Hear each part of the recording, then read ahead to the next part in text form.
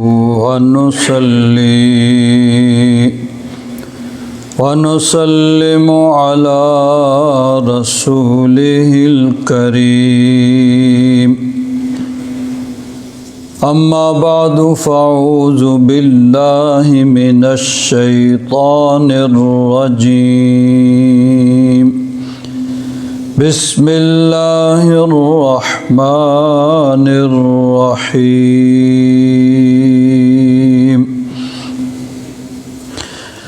يا أيها الذين آمنوا استجيبوا لله وللرسول إذا دعاكم لما يحييكم واعلموا أن الله يحول بين المرء وقلبه آمنت بالله صدق الله مولانا العظيم سبحان الله إن الله وملائكته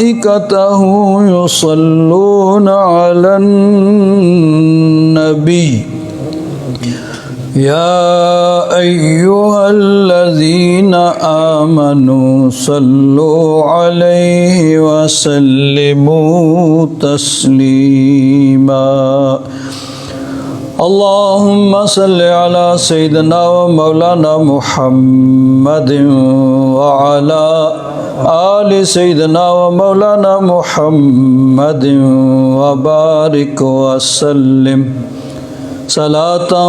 وسلاما عليك يا سيدي يا رسول الله وعلى آلك وأصحابك يا سيدي يا حبيب الله بلغ العلا بكماله كشف الدجى بجماله حسنت جميع خصاله صلوا عليه وآله يا صاحب الجمال ويا سيد البشر من وجهك المنير لقد نور القمر لا يمكن الثناء كما كان حقه بعد خدا بزرگ توئی قصہ مختصر۔ حضرات محترم، تفسیر نور الامین کے حوالے سے سورہ فاتحہ شریف کی تفسیر، اس سلسلہ میں گزشتہ جمعوں میں نے آپ حضرات کے سامنے تفسیر ابن کثیر، تفسیر قرطبی اور تبیان القرآن کے حوالے سے قرآن پاک کے متعلق چند اہم اور ضروری امور عرض کیے۔ آج سے اس تفسیر نور الامین سے انشاءاللہ آگے چند ضروری باتیں جو ہیں، اہم باتیں انشاءاللہ اس میں سے آپ حضرات کے گوش گزار کی جائیں گی۔ سب سے پہلی چیز اس میں بحث کی گئی ہے، ذکر کی گئی ہیں وہ احادیث مبارکہ جو سورہ فاتحہ کی فضیلت کے اندر مذکور ہیں، نبی کریم صلی اللہ علیہ وسلم کے ارشادات اور حضور کے فرامین۔ اب اس بارے میں ایک بڑی اہم بات ہے، کل بھی ایک دوست انہوں نے فون کیا، بات چیت ہو رہی تھی، انہوں نے کہا کہ تفسیر نور الامین کی خصوصیت کیا ہے؟ میں نے کہا باقی خصوصیات تو بعد میں، سب سے اہم بات یہ ہے کہ جن جن مسائل پہ اہل سنت و جماعت پہ اعتراض ہوتا ہے ان کے جواب، یعنی ان مسائل میں اہل سنت و جماعت کے نقطہ نظر اور ان کے دلائل کو انتہائی سنجیدہ متانت کے ساتھ کسی پہ طعن و تشنیع کیے بغیر دیے گئے ہیں۔ اور سب سے اہم بات یہ کہ جو بھی بات ہے باحوالہ، اس میں کسی قسم کی کوئی ایسی بات نہیں کہ آدمی بات کر دے یا لکھ دے، بعد میں کوئی پوچھے جی یہ کہاں لکھی ہوئی ہے، کس نے کہا ہے، تو آدمی کہے بھئی میں نے تو فلاں سے سنا تھا۔ یہ نہیں، ہر بات باحوالہ۔ اور یہ چیز بڑی ضروری ہے کیونکہ کتابوں کے اندر ہر طرح کی روایات ملتی ہیں اور اکثر و بیشتر ان کی وضاحت بھی کی گئی ہے کہ ان کا فنی حیثیت ان کی کیا ہے۔ لوگوں نے روایات گھڑی بھی کسی بھی نیت سے ہوں، لیکن بہرحال جس طرح کہ امام قرطبی نے تفسیر قرطبی کے دیباچے کے اندر اس مضمون کو خاص طور پر انہوں نے بیان کیا کہ قرآن پاک کی فضیلت کے اندر بھی بعض لوگوں نے احادیث اپنے پاس سے بنا لیں، نبی کریم صلی اللہ علیہ وسلم کا ارشاد نہیں۔ اب یہ بھی یاد رکھیں کہ بعض احادیث ضعیف ہوتی ہیں اور بعض موضوع ہوتی ہیں۔ ضعیف اس حدیث کو کہا جائے گا کہ جس کے بیان کرنے والوں میں کوئی اس کی سند کے اندر کوئی آدمی ایسا ہو جس کے متعلق محدثین یہ کہتے ہوں کہ یہ بھول جایا کرتے تھے، یا کہیں انہوں نے غلط بیانی کی ہو۔ لیکن بعض روایات ہیں کہ محدثین نے ان کے بارے میں اتفاق اور فیصلہ کیا ہے کہ یہ حضور کا فرمان نہیں ہے، یہ کسی آدمی نے اس کو گھڑا ہے۔ تو موضوع اور ضعیف میں فرق ہوتا ہے۔ ضعیف جو ہے وہ حدیث ہے، لیکن نبی کریم صلی اللہ علیہ وسلم کی طرف نسبت اس کی ضعیف ہے کہ بیان کرنے والوں میں کوئی ضعیف راوی ہے، بھول جاتا تھا یا کہیں انہوں نے جو ہے وہ غلط بیانی سے کام لیا، اس لیے ان کو ضعیف کہا گیا۔ اور موضوع جو ہے وہ حضور کا فرمان نہیں ہے، کسی نے اپنی طرف سے گھڑ کے حضور کی طرف نسبت کر دیا۔ امام قرطبی نے ایک واقعہ لکھا ہے کہ حضرت امام احمد بن حنبل اور حضرت یحییٰ بن معین دونوں ہم عصر بزرگ ہوئے ہیں، اور امام احمد بن حنبل تو 4 امام جو فقہ کے ہیں ان میں سے چوتھے ہیں۔ حضرت امام اعظم ابو حنیفہ رحمۃ اللہ تعالیٰ علیہ، حضرت امام مالک، حضرت امام شافعی اور حضرت امام احمد بن حنبل۔ تو 4 فقہ جو ہیں، چوتھی فقہ کے امام بھی ہیں، اور حضرت یحییٰ بن معین یہ بھی بہت بڑے محدثین میں سے ہیں، دونوں ہم عصر ہیں۔ تو ایک مسجد کے اندر انہوں نے نماز پڑھی، اس کو مسجد الرصاصہ کہا جاتا تھا۔ نماز پڑھی تو دیکھا کہ ایک آدمی واعظ کر رہا ہے، لوگ بیٹھے ہوئے ہیں اور وہ کچھ بیان کر رہے ہیں۔ انہوں نے کہا سنو بھئی کیا کہتے ہیں۔ اب اس بیان کرنے والے نے ایک حدیث بیان کی اور سند یوں بیان کی، حدثنا احمد بن حنبل و یحییٰ بن معین قال انبأنا عبد الرزاق قال انبأنا معمر عن قتادہ عن انس قال قال رسول اللہ، یعنی پوری سند بیان کی۔ اب ظاہر بات ہے حضرت امام احمد بن حنبل اور یحییٰ بن معین وہ محدثین ہیں کہ جو بھی آگے حدیث بیان کریں گے وہ چھان پھٹک کر کے بیان کریں گے۔ تو اب اس نے ان دونوں کا نام لیا، اور آگے جو ہیں جن جن سے یہ روایات کرتے ہیں کہ حضرت امام عبد الرزاق صنعانی سے دونوں روایت کرتے ہیں ان کا نام لیا، اور وہ حضرت معمر سے بیان کرتے ہیں ان کا نام لیا، اور وہ قتادہ سے، اور وہ حضرت انس بن مالک سے حدیث انہوں نے بیان کی۔ کیا کہ نبی کریم صلی اللہ علیہ وسلم نے ارشاد فرمایا، جس نے لا الہ الا اللہ کہا اس کے ہر کلمہ سے ایک پرندہ پیدا کیا جاتا ہے جس کی چونچ جو ہے سونے کی، پر مرجان کے وغیرہ وغیرہ، بڑی لمبی حدیث بیان کی اس آدمی نے۔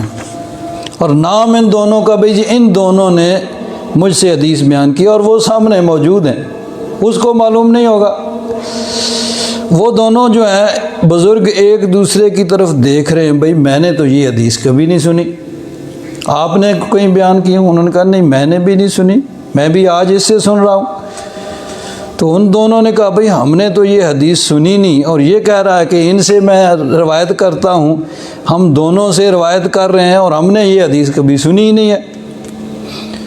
تو وہ اس کے پاس گئے اور اس سے کہا بھئی دیکھو تم نے کہا کہ احمد بن حنبل اور یحییٰ بن معین دونوں نے یہ حدیث مجھ سے بیان کی ہے، اور انہوں نے کہا کہ دیکھو یہ یحییٰ بن معین ہے اور میں احمد بن حنبل ہوں، ہم دونوں تمہارے سامنے موجود ہیں اور ہم نے تو یہ کبھی حدیث سنی نہیں ہے، تم کہہ رہے ہو کہ انہوں نے بیان کیا۔ اس نے کہا اچھا۔ اس نے آگے سے پھر ظاہر بات ہے جب اس کو پتہ چل گیا کہ میں تو پکڑا گیا، تو اس نے وائی تبائی جو آتا تھا بیان کرنا شروع کر دیا۔ اس نے کہا کہ دنیا میں صرف تم ہی احمد بن حنبل ہو، میں 10 بن احمد بن حنبل کو جانتا ہوں جو محدثین ہیں، ان میں سے میں نے حدیثیں سنی ہوئی ہیں، اور بہت احمد بن حنبل۔ تو اس طرح یعنی لوگوں نے روایات بنائیں تو اور ان کو بیان کیا، آگے پھر بعض کتابوں میں لکھی ہوئی ہیں، لیکن جو محتاط مفسرین، محدثین، فقہاء، علماء ہیں وہ صرف معتبر روایات جو ہیں ان کا ذکر کرتے ہیں اور انہی کو بیان کرتے ہیں۔ تو اس کے اندر سورہ فاتحہ شریف کے متعلق ترمذی شریف کی حدیث پاک بیان کی گئی ہے۔ نبی کریم صلی اللہ علیہ وسلم نے ارشاد فرمایا والذی نفسی بیدہ ما انزلت فی التوراۃ ولا فی الانجیل ولا فی الزبور ولا فی الفرقان مثلہا۔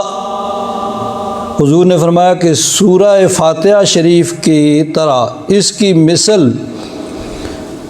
نہ تو تورات میں کوئی صورت نازل ہوئی، نہ انجیل میں، نہ زبور میں، اور نہ ہی قرآن پاک میں۔ قرآن پاک میں بھی اس کی مثل کوئی صورت نازل نہیں ہوئی۔ ایک حدیث پاک میں فرمایا ہی سبع المثانی، یہ 7 آیتوں والی صورت ہے۔ مثانی کا معنی یہ بھی کیا گیا ہے کہ جو 2 مرتبہ نازل ہوئی ہے تثنیہ سے، یعنی سورہ فاتحہ کا نزول 2 دفعہ ہوا، اور ایک معنی یہ بھی کیا گیا ہے کہ یہ وہ صورت ہے جو بار بار پڑھی جاتی ہے، کہ نماز کی ہر رکعت کے اندر سورہ فاتحہ شریف کو پڑھا جاتا ہے۔ تو یہ السبع المثانی 7 آیتیں جو بار بار دہرائی جاتی ہیں۔ ایک حدیث پاک میں حضرت ابو سعید بن معلا رضی اللہ تعالیٰ عنہ وہ فرماتے ہیں کہ نبی کریم صلی اللہ علیہ وسلم نے ارشاد فرمایا لَأُعَلِّمَنَّكَ سُورَةً هِيَ أَعْظَمُ السُّوَرِ فِي الْقُرْآنِ قَبْلَ أَن تَخْرُجَ مِنَ الْمَسْجِدِ۔ فرماتے ہیں حضور نے مجھے فرمایا کہ مسجد سے نکلنے سے پہلے میں تمہیں ایک ایسی صورت بتاؤں گا، سکھاؤں گا کہ جو سب سے بڑھ کر ہے، یعنی سب سے بلند شان والی ہے، سب سے بڑی عظمت والی صورت ہے۔ حضرت ابو سعید بن معلا فرماتے ہیں کہ حضور نے میرا ہاتھ پکڑ لیا اور ہم چلتے چلتے جب مسجد کے دروازے کے قریب پہنچے، مسجد سے باہر نکلنے لگے، تو میں نے عرض کیا کہ یا رسول اللہ، یا حبیب اللہ، آپ نے تو ارشاد فرمایا تھا الم تقل لأعلمنك سورة هي اعظم سورة في القرآن۔ حضور آپ نے تو یہ فرمایا تھا کہ میں تمہیں وہ صورت بتاؤں گا جو قرآن پاک میں سب سے بڑی، سب سے عظمت والی صورت ہے۔ تو نبی کریم صلی اللہ علیہ وسلم نے ارشاد فرمایا الحمدللہ رب العالمین۔ یہ سورہ فاتحہ ہے جو سب سے عظمت والی صورت ہے، اور یہ السبع المثانی یعنی 7 آیتیں ہیں جو بار بار پڑھی جاتی ہیں۔ بخاری شریف کے حوالے سے یہ حدیث پاک یہاں ذکر کی گئی ہے۔ بخاری شریف میں اس میں تھوڑی سی تفصیل ہے، چونکہ یہاں تفسیر کے بیان میں ہے تو صرف اتنا حصہ اس کا بیان کیا گیا ہے جتنا کہ تفسیر سے متعلقہ ہے۔ میں اس کو بخاری شریف کے حوالے سے ذرا پوری حدیث پاک کو تفصیل سے بیان کروں گا، اور پھر اس سلسلہ میں ایک دو ضروری باتیں بھی آپ حضرات کے گوش گزار کروں گا۔ بخاری شریف کے اندر حضرت امام بخاری رحمۃ اللہ تعالی علیہ نے اس حدیث پاک کو 4 مرتبہ ذکر کیا ہے۔ ایک تو ما جاء فی فاتحۃ الکتاب، کتاب التفسیر میں، اور پھر آگے سورہ انفال میں اس کی تفسیر کے اندر بیان کیا، اور 2 جگہ پھر آگے فضائل قرآن وہاں پر بھی، یعنی 4 مرتبہ اس کو امام بخاری رحمۃ اللہ تعالی علیہ نے بخاری شریف کے اندر ذکر کیا۔ اس کے علاوہ دیگر محدثین نے بھی بیان کیا۔ اور حضرت ابو سعید بن معلّہ فرماتے ہیں چونکہ وہاں پہ نور الامین میں صرف متعلقہ حصہ جو تفسیر کا ہے وہ بیان کیا گیا تھا، پوری حدیث اس طرح ہے۔ عن ابی سعید المعلّہ قال كنت اصلی، حضرت ابو سعید بن معلّہ فرماتے ہیں کہ میں مسجد نبوی شریف میں نماز پڑھ رہا تھا۔ كنت اصلی فمر بی رسول اللہ صلی اللہ علیہ وسلم، میں نماز پڑھ رہا تھا، حضور میرے پاس سے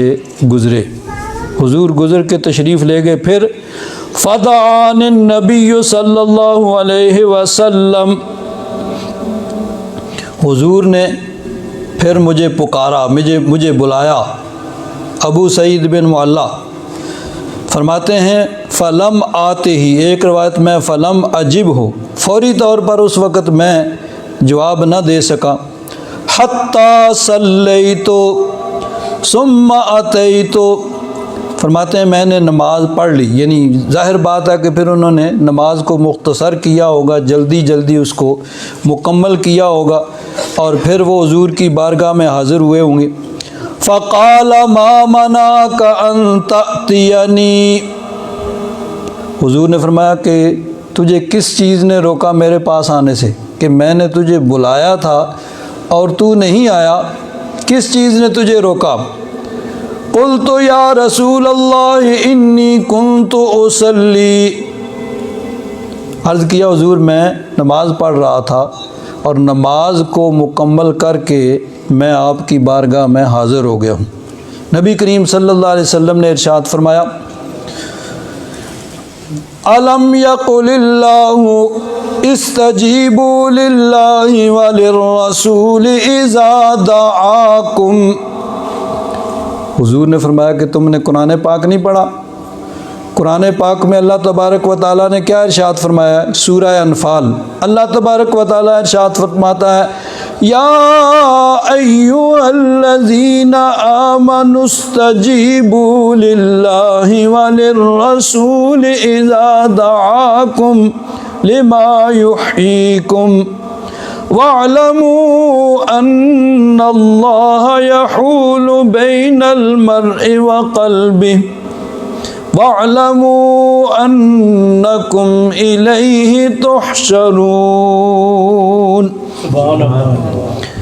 نبی کریم صلی اللہ علیہ وسلم نے ارشاد فرمایا بھئی تم نے قرآن پاک نہیں پڑھا ہے؟ قرآن پاک میں اللہ تبارک و تعالیٰ نے ارشاد فرمایا کہ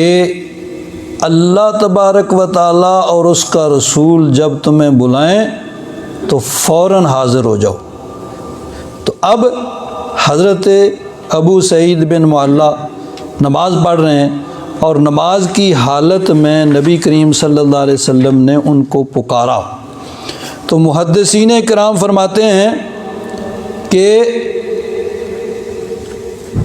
حضرت ابو سعید بن معلّہ ان کو حضور نے پکارا، اب ان پر واجب تھا کہ فوراً حضور کی بارگاہ میں حاضر ہو جاتے، نماز جہاں تھی وہیں چھوڑ دیتے، قیام میں تھے قیام کے اندر چھوڑ دیتے، رکوع میں، سجدے میں یا قعود میں، تشہد میں تھے، جہاں پر تھے وہیں پہ چھوڑ کے حضور کی بارگاہ میں آ جاتے، اور پھر محدثین نے کہا کہ کوئی بھی صحابی اگر نماز پڑھ رہا ہے اور نبی کریم صلی اللہ علیہ وسلم اس کو بلائیں تو اس پر واجب ہے کہ فوراً حضور کی بارگاہ میں آ جائے، اور حضور ان کو کوئی کام کہیں، بازار جاؤ فلاں چیز لے آؤ، فلاں کے پاس جاؤ، فلاں کو بلا لو، کوئی حضور ان کو کام کہیں، وہ جائیں، وہ کام کر کے واپس آئیں، جب وہ کام مکمل ہو جائے پھر آ جائیں اور جہاں نماز چھوڑی تھی وہیں سے آگے شروع کر دیں۔ ان کی نماز نہیں ٹوٹے گی۔ کیوں؟ ان کو نبی کریم صلی اللہ علیہ وسلم نے بلایا، اور اللہ تبارک و تعالیٰ کا حکم ہے استجیبوا للہ وللرسول، اللہ اور رسول کی بلانے پر فوراً حاضر ہو جاؤ۔ اب عام آدمی کا بلانا کچھ اور ہے، کوئی دوسرا بلائے گا تو آدمی نہیں جا سکتا، اگر کوئی ایسی مجبوری ہے کہ جانا ضروری ہے تو پھر نماز ٹوٹ جائے گی، نماز واپس آ کے نئے سرے سے شروع کرنی پڑے گی۔ 2 فرض پڑھ چکا ہے، 2 رہتے ہیں، کہ کوئی ایسی مجبوری آ گئی کہیں جانا، ٹھیک ہے بھائی وہیں پہ سلام پھیر دو چلے جاؤ، اب واپس آ کے پھر پوری نماز پڑھنی پڑے گی۔ اسی طرح نفل پڑھ رہا ہے، درمیان میں ویسے تو حتی الامکان تو یہی کوشش کرنی چاہیے کہ نماز کو نہ توڑا جائے، لیکن کوئی ایسی مجبوری آ گئی ہے کہ ان کو توڑنا پڑا تو اب 2 رکعت واجب ہوگی۔ پہلے تھے نفل، یعنی ضروری اس پہ لازم نہیں تھے، لیکن جب شروع کر لیا تو نفلی عبادت شروع کرنے سے لازم ہو جاتی۔ کوئی بھی نفلی عبادت ہو جب شروع کر دی ہے تو اب لازم ہو گئی، اب پوری کرنی ضروری ہے، نہیں پوری کرے گا تو اس کی قضا ہوگی۔ نفل پڑھ رہا تھا درمیان میں توڑ دیے یا ٹوٹ گئے کسی وجہ سے تو اب اس پہ وہ 2 رکعت لازم۔ نفلی روزہ رکھا، اب نفلی روزہ اس پہ لازم نہیں تھا،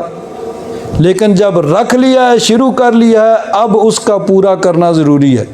اگر توڑے گا تو پھر اس کی قضا کرنی پڑے گی۔ تو نفلی عبادت بھی شروع کرنے سے لازم ہو جاتی ہے، اگر درمیان میں کوئی ایسی چیز صورت پیدا ہوگی کہ اس کو مکمل نہیں کر سکا تو اس کی قضا ضروری ہوتی ہے، اور واجب اور فرض تو ویسے ہی لازم ہے، اس کی تو قضا بہرحال ہوگی۔ تو کوئی اور بلائے تو وہاں جانا ضروری نہیں ہے نماز میں، اگر گیا یا کوئی ایسی صورت ہے کہ جانا ضروری ہے تو اب نماز ٹوٹ جائے گی۔ مثلا کوئی آدمی نماز پڑھ رہا ہے، کوئی دیکھا کسی کا کوئی مثلا کوئی اندھا ہے، وہ کنویں میں گر جائے گا، کہیں آگ لگ گئی ہے، کوئی نقصان ہو رہا ہے، بچانا ضروری، کوئی بھی ایسی صورت ہے تو نماز توڑے گا تو اس کا بہرحال اس کو دوبارہ پڑھنی پڑے گی۔ لیکن نبی کریم صلی اللہ علیہ وسلم کا معاملہ دوسروں سے الگ ہے۔ نبی کریم صلی اللہ علیہ وسلم کسی بھی صحابی کو بلائیں تو اس پہ لازم ہے کہ فوراً حاضر ہو جائیں اور حضور کی بارگاہ میں آئیں، جو حضور حکم دیں، جیسے کہیں اس طرح وہ کریں، اور پھر اس کے بعد نبی کریم صلی اللہ علیہ وسلم کا حکم بجا لانے کے بعد آئیں تو نماز وہیں سے شروع کریں گے جہاں چھوڑی تھی، نماز ٹوٹی نہیں ہے۔ کیوں؟ نبی کریم صلی اللہ علیہ وسلم اللہ کے محبوب ہیں، اللہ تبارک و تعالیٰ نے حکم دیا ہے نبی کریم صلی اللہ علیہ وسلم کی بارگاہ میں حاضر ہونے کا۔ اب یہاں محدثین کرام نے ایک بحث کی ہے کہ چونکہ 2 طرح کی روایات ہیں، دونوں معتبر ہیں۔ ایک میں صرف یہ ہے کہ کنت اصلی، میں نماز پڑھ رہا تھا حضور نے بلایا، لیکن دوسری میں وضاحت ہے کہ میں نماز پڑھ رہا تھا اور نبی کریم صلی اللہ علیہ وسلم میرے پاس سے گزرے، فمر بی رسول اللہ صلی اللہ علیہ وسلم، حضور میرے پاس سے گزر کے گئے اور پھر جا کے مجھے پکارا۔ تو اس کا مطلب یہ ہے کہ نبی کریم صلی اللہ علیہ وسلم کو یہ بھی معلوم ہے کہ حضرت ابو سعید بن معلّہ نماز پڑھ رہے ہیں، لیکن یہ بھی جانتے ہیں کہ میرے بلانے سے اس کی نماز نہیں ٹوٹے گی، بلکہ وہ نماز کے اندر ہی رہے گا، جہاں نماز چھوڑے گا وہیں سے واپس آ کے شروع کرے گا۔ اب اگر ان کے لیے صرف مستحب ہونا تو مستحب کے ترک پہ کسی کو ملامت نہیں کی جاتی۔ اب نبی کریم صلی اللہ علیہ وسلم نے جو ان کو بعض پرس کی، بھئی میں نے بلایا تھا تو کیوں نہیں آیا؟ انہوں نے آگے سے عذر پیش کیا کہ حضور میں نماز پڑھ رہا تھا، تو حضور نے قرآن پاک کی یہ آیت سنائی کہ تم نے قرآن پاک نہیں پڑھا، استجیبوا للہ وللرسول۔ اس کا مطلب یہ ہے کہ یہ مستحب نہیں ہے کہ حضور اگر بلائیں تو آ جائے تو ٹھیک ہے، نہیں تو بعد میں آ جائے۔ حضور جیسے ہی بلائیں فوراً حاضر ہونا واجب، اور نماز بھی قائم ہے، نماز نہیں ٹوٹے گی، چاہے جتنا کام کر لیں، حضور کی بارگاہ میں رہیں، بازار جائیں، کسی کو بلا کے لائیں، جب واپس آئیں تو جہاں نماز چھوڑی ہے وہیں سے آگے شروع کر سکتے ہیں۔ ترمذی شریف کے اندر ایک اور بھی اسی طرح کا واقعہ ہے۔ حضرت ابی بن کعب رضی اللہ تعالیٰ عنہ، ان کے پاس نبی کریم صلی اللہ علیہ وسلم تشریف لے گئے، وہ نماز پڑھ رہے تھے، آپ نے حضرت ابی بن کعب کو بلایا۔ حضرت ابی نے مڑ کر دیکھا اور حاضر نہیں ہوئے، اور حضرت ابی نے جلدی جلدی نماز پڑھی، پھر رسول اللہ صلی اللہ علیہ وسلم کے پاس گئے اور عرض کیا السلام علیکم یا رسول اللہ۔ آپ نے فرمایا وعلیکم السلام۔ اے ابی، جب میں نے تمہیں بلایا تو کس چیز نے تمہیں حاضر ہونے سے آنے سے روکا؟ تو فرماتے میں نے عرض کیا یا رسول اللہ میں نماز پڑھ رہا تھا۔ آپ نے فرمایا اللہ تعالیٰ نے مجھ پر جو وحی کی ہے کیا تم اس میں یہ آیت نہیں پڑھتے؟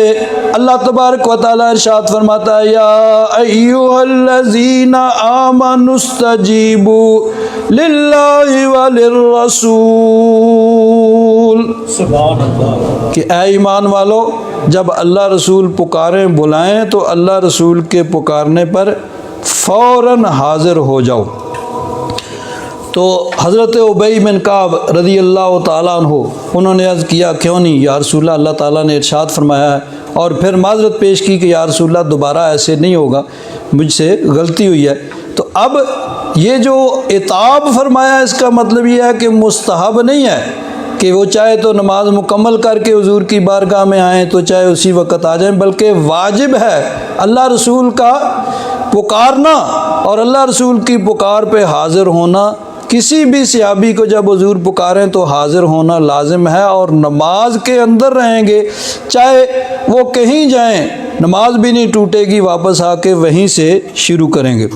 تو نبی کریم صلی اللہ علیہ وسلم کی یعنی پکارنے کی دو، یعنی ایک تو بخاری شریف کے اندر یہ جو ہے اس میں حضرت ابو سعید بن معلہ کا واقعہ ہے، اور ترمذی شریف کے اندر دوسری حدیث پاک ہے اس میں حضرت ابی بن کعب کا بھی واقعہ، اس میں بھی یہی ہے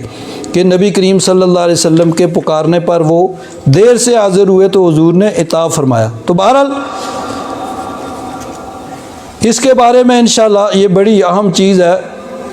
آئندہ جمعہ میں اس کے بارے میں انشاءاللہ ایک دو باتیں ضروری جو ہیں وہ عرض کروں گا۔ آج جو موضوع ہے اس کے متعلق کہ نبی کریم صلی اللہ علیہ وسلم نے حضرت ابو سعید بن معلہ ان کا ہاتھ پکڑ لیا اور ارشاد فرمایا الا اعلمک اعظم سورۃ فی القرآن قبل ان تخرج من المسجد فاخذ بیدی۔ حضرت ابو سعید بن معلہ فرماتے ہیں حضور نے میرا ہاتھ پکڑ لیا اور ہم جا رہے ہیں، اور نبی کریم صلی اللہ علیہ وسلم نے ارشاد فرمایا کہ کیا میں تمہیں قرآن پاک سی سب سے اعظم، سب سے بڑی یعنی سب سے عظمت والی سورت نہ بتاؤں؟ قبل ان تخرج من المسجد، مسجد سے نکلنے سے پہلے پہلے۔ اب جا رہے ہیں تو فرماتے ہیں فلما اردنا ان نخرج قلت یا رسول اللہ انک قلت